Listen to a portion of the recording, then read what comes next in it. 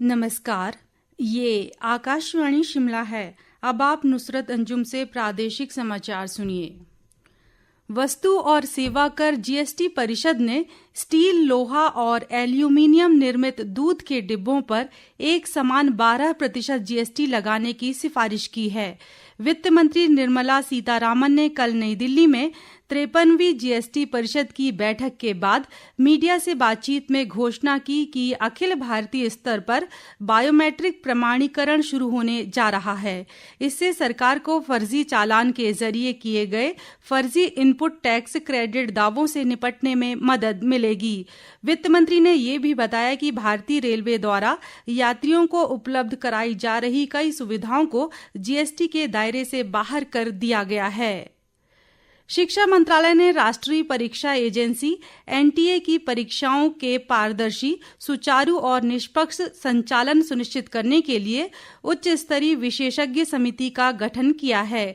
इसरो के पूर्व अध्यक्ष डॉक्टर के राधाकृष्णन की अध्यक्षता में 7 सदस्यीय समिति को एनटीए की परीक्षा प्रक्रिया में सुधारों की सिफारिश करने का दायित्व सौंपा गया है। समिति मौजूदा प्रक्रिया का मूल्यांकन करेगी और वर्तमान शिकायत निवारण तंत्र का आकलन करेगी। समिति से 2 महीने के भीतर रिपोर्ट देने को कहा गया है। समिति के गठन के बाद केंद्रीय शिक्षा मंत्री धर्मेंद्र प्रधान ने कहा कि छात्रों का हित और उज्जवल भविष्य हमेशा सरकार की उच्च प्राथमिकता रहेगी।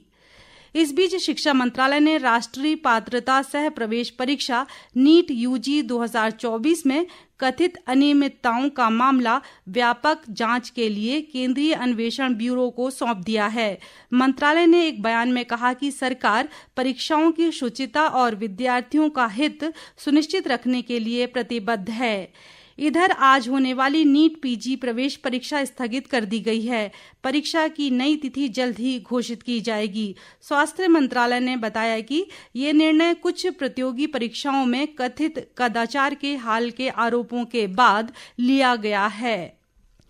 राज्यपाल शिव प्रताप शुक्ल ने कहा है कि योग शारीरिक कसरत से कहीं ज्यादा एक गहन दर्शन है जो मानव अस्तित्व की संपूर्णता को समाहित करता है। उन्होंने कहा कि हमारी दिनचर्या के अभिन्न अंग बनने पर ही योग का पूर्ण लाभ लिया जा सकता है। शिमला के गेयटी थिएटर में देवभूमि सेवा संस्थान आश्रम शिमला द्वारा योग एक संपूर्ण मानव दर्शन एवं योगचर्या विषय पर आयोजित एक संगोष्ठी में कल उन्होंने ये बात कही। राज्यपाल ने कहा कि आज पूरा विश्व हमारे देश की इस योग परंपरा को अपना रहा है। इसका उद्देश्य सामंजस्यपूर्ण संतुलन और आंतरिक शांति की स्थिति को प्राप्त करना है। प्रदेश में 3 विधानसभा क्षेत्रों में 10 जुलाई को होने वाले उपचुनाव के लिए कुल 19 प्रत्याशियों ने अपने नामांकन पत्र दाखिल किए हैं। राज्य निर्वाचन विभाग के एक प्रवक्ता ने बताया कि देहरा विधानसभा उपचुनाव के लिए 7, हमीरपुर में 4 जबकि नालागढ़ में 8 प्रत्याशियों ने नामांकन भरे हैं। कल 24 जून को इन नामांकन पत्रों की जांच होगी, जबकि 25 व 26 जून को इच्छुक प्रत्याशी अपने नाम वापस ले सकते हैं। मतगणना 13 जुलाई को होगी। राजधानी शिमला समेत प्रदेश के अधिकांश भागों में आज बादल छाए हुए हैं।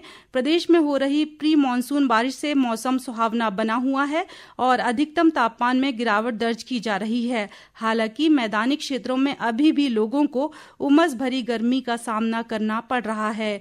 मौसम विभाग के अनुसार प्रदेश में अगले 2 से 3 दिन तक गरज के साथ वर्षा होने का अनुमान है। वहीं 28 जून तक प्रदेश में मानसून के सक्रिय होने की संभावना जताई गई है।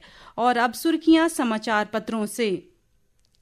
आज अधिकतर समाचार पत्रों ने अलग अलग खबरों को प्रमुखता दी है। अमर उजाला का शीर्षक है, पुल की मरम्मत के चलते शिमला नहीं पहुंची ट्रेनें, 8 रद्द, 2 दिन और रहेगी परेशानी। दैनिक जागरण लिखता है, कालका शिमला ट्रैक पर पुल की प्लेट ढीली, रेलगाड़ियों की आवाजाही बाधित। दैनिक भास्कर की सुर्खी है, समरहिल में बने रेलवे पुल के पास बना गड्ढा, शिमला तक ट्रेनें बंद, बुकिंग रद्द। दैनिक जागरण मुख्यमंत्री सुखविंदर सिंह सुक्खू के हवाले से लिखता है, कांगड़ा एयरपोर्ट के लिए मांगे 3,500 करोड़ रुपए। पंजाब केसरी की सुर्खी है, हिमाचल को केंद्र जारी करे विशेष पैकेज, केंद्रीय योजनाओं में हिस्सेदारी भी बढ़े। दैनिक सवेरा टाइम्स ने पूर्व केंद्रीय मंत्री व सांसद अनुराग ठाकुर के हवाले से लिखा है, देवभूमि में कांग्रेस सरकार के संरक्षण में माफियाओं के हौसले बुलंद। दिव्य हिमाचल के शब्द हैं, हिम केयर पर बड़ा फैसला लेगी सरकार। मौसम पर दैनिक जागरण लिखता है, वर्षा व हिमपात से पर्यटन कारोबार गर्म। हिमाचल दस्तक के शब्द हैं, कुल्लू सोलन पहुंचे शिमला से ज्यादा सैलानी।